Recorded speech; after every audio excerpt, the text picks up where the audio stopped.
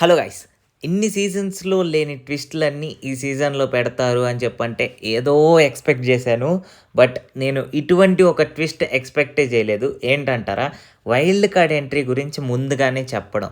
అవునండి. ప్రతి సీజన్‌లో వైల్డ్ కార్డ్ ఎంట్రీస్ ఉంటది. So, fifth week or sixth week మధ్యలో ఒక 5-6 మెంబర్స్ మినీ లాంచ్ పెట్టి వాళ్ళు 5-6 మెంబర్స్ వైల్డ్ కార్డ్ ఎంట్రీస్ అయితే ఇస్తూ ఉంటారు. కానీ ఎప్పుడు పాత కంటెస్టెంట్స్‌కి పలానా వాళ్ళొస్తారు అని చెప్పనేసి ఎప్పుడు చెప్పరు.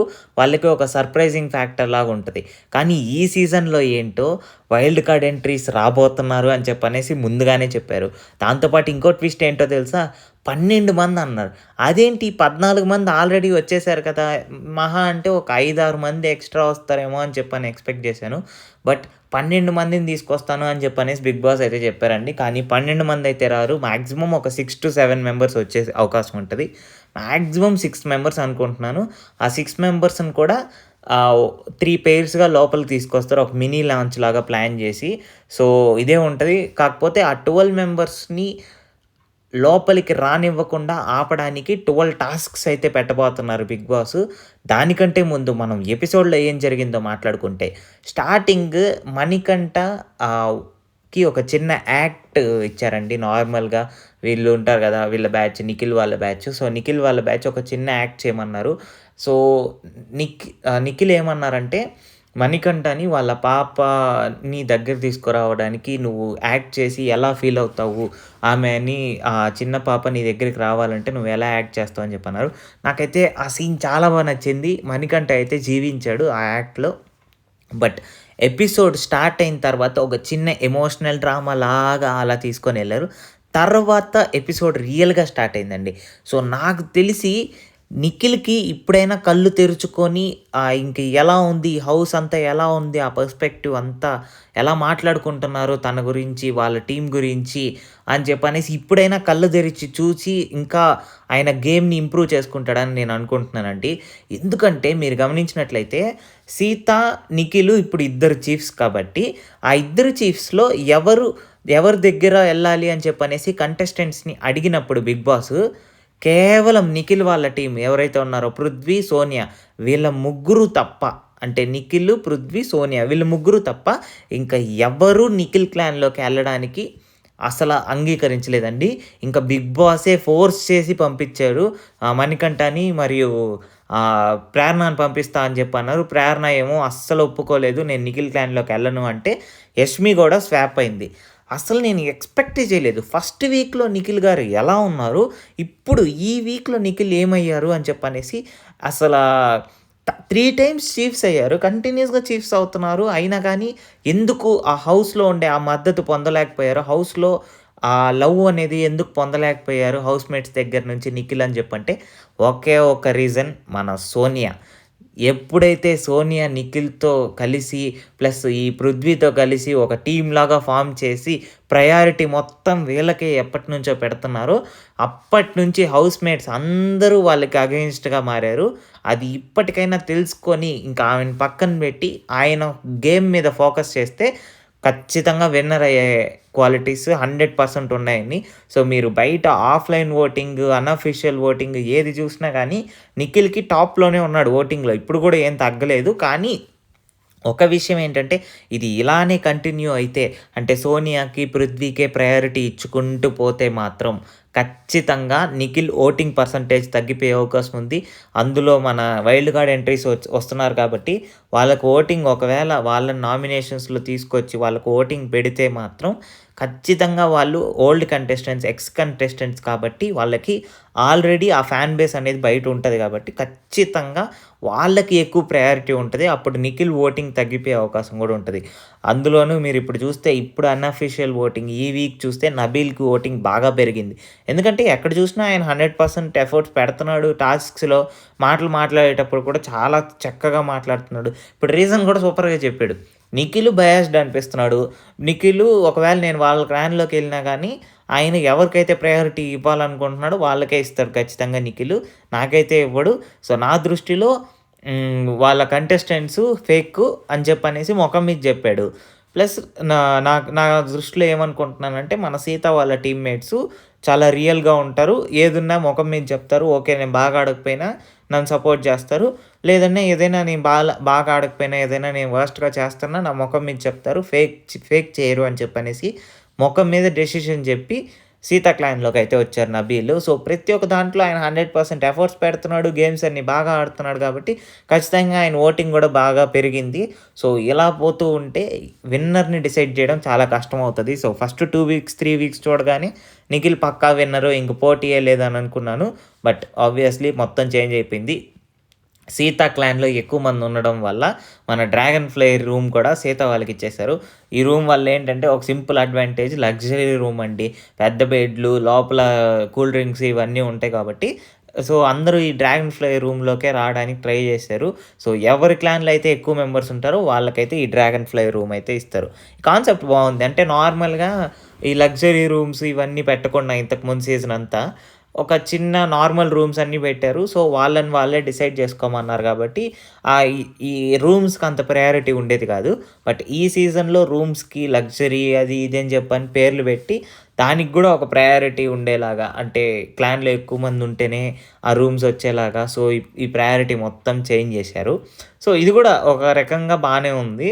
అంటే కొత్తగా ఉందన్నమాట. ఇన్ని సీజన్స్‌లో మనం చూడలేదు కాబట్టి కొత్తగా అనిపిస్తది. ఏది జేసినా కొత్తగానే ఉంది ఈ సీజన్‌లో. ఎందుకంటే ప్రతి ఒక్కటి పేర్లు మార్చేసి ఇష్టం వచ్చినట్టు మార్చేశారు.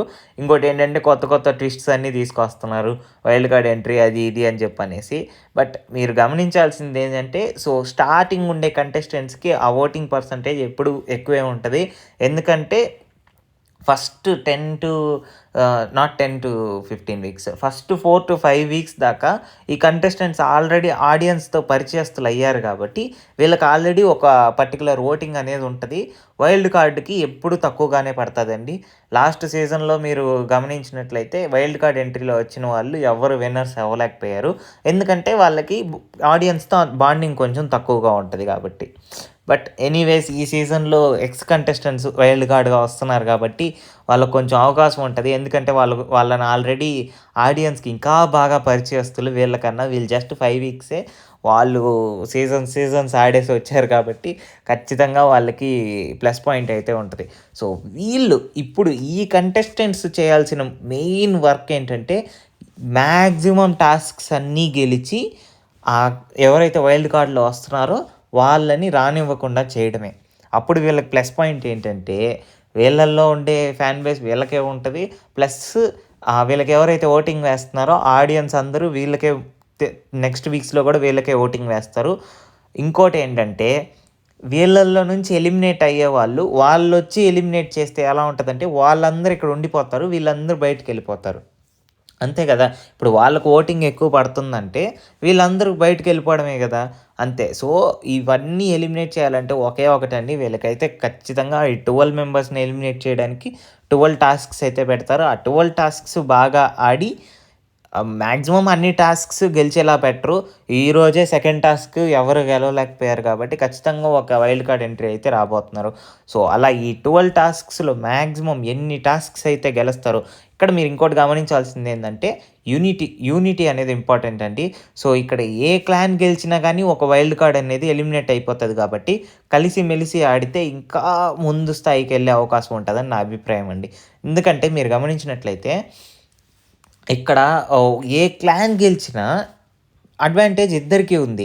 కాబట్టి ఇక్కడ గొడవలు పడుకొని సంచాలక్‌తో గొడవలు పడి, వీళ్ళతో గొడవలు పడి, సంచాలక్ దగ్గర మోసం చేపిచ్చేసి మన క్లాన్‌కి సపోర్ట్ చేద్దాం, వాళ్ళ క్లాన్‌కి సపోర్ట్ చేద్దాం అని చెప్పనేసి గేమ్ మాత్రం ఆపించేసారా, ఒక వైల్డ్ కార్డ్ లోపలికొచ్చేయడమే అంతే. కాబట్టి ఖచ్చితంగా 12 గేమ్స్‌లో కోఆర్డినేషన్ పెట్టుకొని గేమ్స్ ఆడి మాక్సిమం వైల్డ్ కార్డ్స్‌ని ఎలిమినేట్ చేయడానికి చూడాలి. సో, ఫస్ట్ గేమ్ పెట్టారండి. సింపుల్‌గా అలా ల్యాడర్ పెట్టారు కదా! బాల్ పట్టి ఆ ల్యాడర్ లోపేసేయాలి. సో, ఎవరైతే 10 మినిట్స్ లోపు ఆ 5 బాల్స్ ఎవరైతే ఏసేస్తారో వాళ్ళైతే విజయం సాధిస్తారని చెప్పన్నారు. కాంతార టీమ్ అయితే సూపర్‌గా ఆడింది. సో, నేను మళ్ళీ మళ్ళీ చెప్తున్నాను. నిఖిల్ కూడా ఇందులో స్ట్రగుల్ అయ్యాడు. నాకు తెలిసి ఇన్ని గేమ్స్‌లో ఎక్కడా ఆయన స్ట్రగుల్ అయింది నేను చూడలేదు. ఎందుకో డౌన్ అయిపోతున్నారు అని చెప్పనేసి అనుకుంటా ఉన్నాము. నిఖిల్ ఇందులో స్ట్రగుల్ అయ్యాడు. కానీ నబీల్ మాత్రం ఈ ఆపర్చునిటీని ఈ ఆపర్చునిటీని గ్రాబ్ చేసి వెంటనే స్టార్టింగ్ అడ్వాంటేజ్ తీసుకొచ్చాడండి వాళ్ళ టీమ్‌కి. ఈజీగా ఆ పాయింట్ వేసేసి వెళ్ళిపోయాడు. సో, నేను ఎక్స్‌పెక్ట్ చేసిందేంటంటే ఈ టాస్క్ ఓడిపోతే ఖచ్చితంగా ఒక కంటెస్టెంట్‌ని తీసేస్తారు అని చెప్పనేసి ఎక్స్‌పెక్ట్ చేశాను. సేమ్ అదే జరిగింది. ఎవరైతే లూజింగ్ టీమ్‌లో ఉన్నారో ఆ టీమ్‌లో నుంచి ఒక కంటెస్టెంట్‌నైతే మిగతా ఏ గేమ్స్ ఆడనివ్వకుండా ఎలిమినేట్ చేసేస్తారు పార్టిసిపేషన్ లేకుండా. బట్ నాకిక్కడ బాగా నచ్చిందేంటంటే గెలిచింది కాంతార టీమ్ అయినా గానీ నిఖిల్ వెళ్ళి వాళ్ళ టీమ్‌తో ఎంజాయ్ చేశారు, సపోర్ట్ చేశారు. ఎందుకంటే నేను చెప్పాను కదా! కోఆర్డినేషన్ అనేది చాలా ఇంపార్టెంటు. ఇప్పుడు క్లాన్స్ మధ్యలో గొడవ కాదు, కంటెస్టెంట్స్‌కి, వైల్డ్ కార్డ్స్‌కి మధ్యలో గొడవ ఉంటది. సో, ఖచ్చితంగా కోఆర్డినేషన్ అనేది 100% important. So, anyways Kantara team ఈ గేమ్ సూపర్‌గా ఆడి విజయం అయితే సాధించారు. ఇక్కడ మీరొకటి గమనించాల్సిందేంటంటే, ఏంట్రా మరి వీళ్ళ క్లాన్స్ మధ్యలో గొడవలు లేకపోతే, మరి ఈళ్ళు గేమ్స్ ఆడాల్సిన అవసరం ఏముంది? ఇద్దరు కలిసి ఒకే గేమ్ ఆడేసి కోఆర్డినేట్ చేసుకుంటా ఎళ్లి సపోర్ట్ చేసుకొని అన్ని గేమ్స్ విన్ అయిపోవచ్చు కదా! అని చెప్పంటే, మీరింకోటి గమనించాలండి ఇక్కడ. ఏంటంటే, ఇండివిడ్యువల్ పర్ఫార్మెన్స్ చాలా ఇంపార్టెంట్ బిగ్ బాస్‌లో. మీరు ఎంత కోఆర్డినేషన్ అనుకున్నా, ఎన్ని టీమ్స్ కలిసి ఆడినా గానీ, ఇండివిడ్యువల్ పర్ఫార్మెన్సే మ్యాటర్ అవుతది లాస్ట్‌లో. సో, మీరు బాగా గమనించండి. సో, ఓటింగ్ ఎప్పుడు గానీ పలానా టీమ్‌లో ఉండేవాళ్ళు గెలవడం వల్ల, ఆ టీమ్‌లో నుంచి ఎలిమినేట్ అవ్వరా అనంటే, మనం చెప్పలేం. ఓటింగ్ ఎలా పడతది? మనం ఎలా చెప్పగలం? సో, ఖచ్చితంగా ఇండివిడ్యువల్ పర్ఫార్మెన్స్ చాలా ఇంపార్టెంట్ బిగ్ బాస్‌లో. మీరు టీమ్ మొత్తం పర్ఫార్మ్ చేసింది గదా! నేను ఆ టీమ్‌లో ఉన్నాను. మా టీమ్ ప్రతిసారి గెలిచింది. నేనెందుకు ఎలిమినేట్ అయిపోతాను అని చెప్పని అనుకుంటే, నువ్వెంత పెట్టావు నీ ఎఫర్ట్స్? అంటే నువ్వు ఎఫర్ట్స్ 100% పెట్టావా? లేదంటే 5% పెట్టావా? 10% పెట్టావా?